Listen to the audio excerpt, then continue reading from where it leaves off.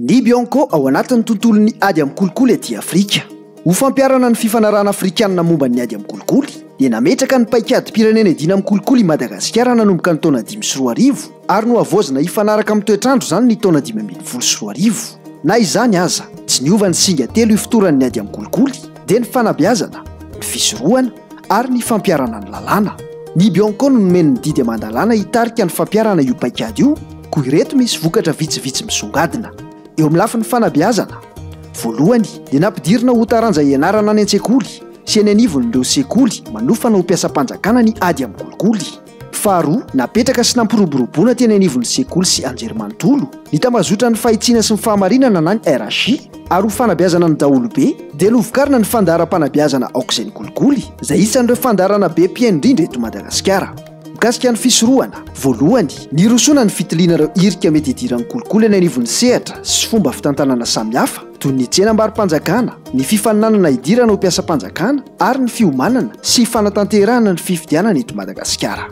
Faharoa, nampiroboroboana ihany koa ny fomba fitantanana mametraka ny kolotsaina mandaha-kolikoly na ny système de management anti-corruption SMAC ISO 37001 eny anivon'ny sehatra tsy miankina ka nanaovana fifanarahanm-piara-miasa tamin'ireo vondrona mpandraharaha-goavana. Raha ny fampiarana ny lalàna dia nampiasaina ny fitaovana fitorohana itorika ao amin'ny trankalan'ny Bianco nanomboka ny taona 2012 mba hahafahan'ny rehetra mitoroka tsy mitonona anarana sy arovana ireo singa ilaina amin'ny fanadihadiana.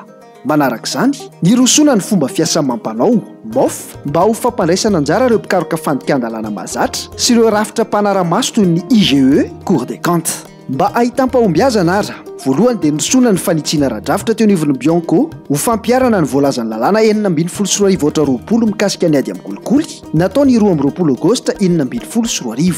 Faharoa, ho fanakekezana ny vahoaka dia raha tsy mangaika ny Bianco efatra no tafapetraka eny anivon'ireo faritra manana tanjaka raha-toekarena nefa lavitry ny fitalevam-paritra miahazy dia ny ao Sambava ny taona 2020, ny ao Morondava ny taona 2020, ny any Manakara ny taona 2020 ary ny ao Taolaniaro ny taona 2020. Ho tohizana amin'ny faritra hafa izany fametrahana raha tsy mangaika izany. Eto am-pamaranana dia marihina fa efa nisedra ny fanombanan'ny filan-kevitry ny firaisambe afrikanina misahana ny ady amin'ny kolikoly i Madagasikara tamin'ny Novambra 2020 ary atoato dia hiatrika ny fanombanan'ny firenena mikambana ny zava-bita mikasika ny fisorohana sy ny famerenana amin'ny fanjakana ny vokatry ny kolikoly.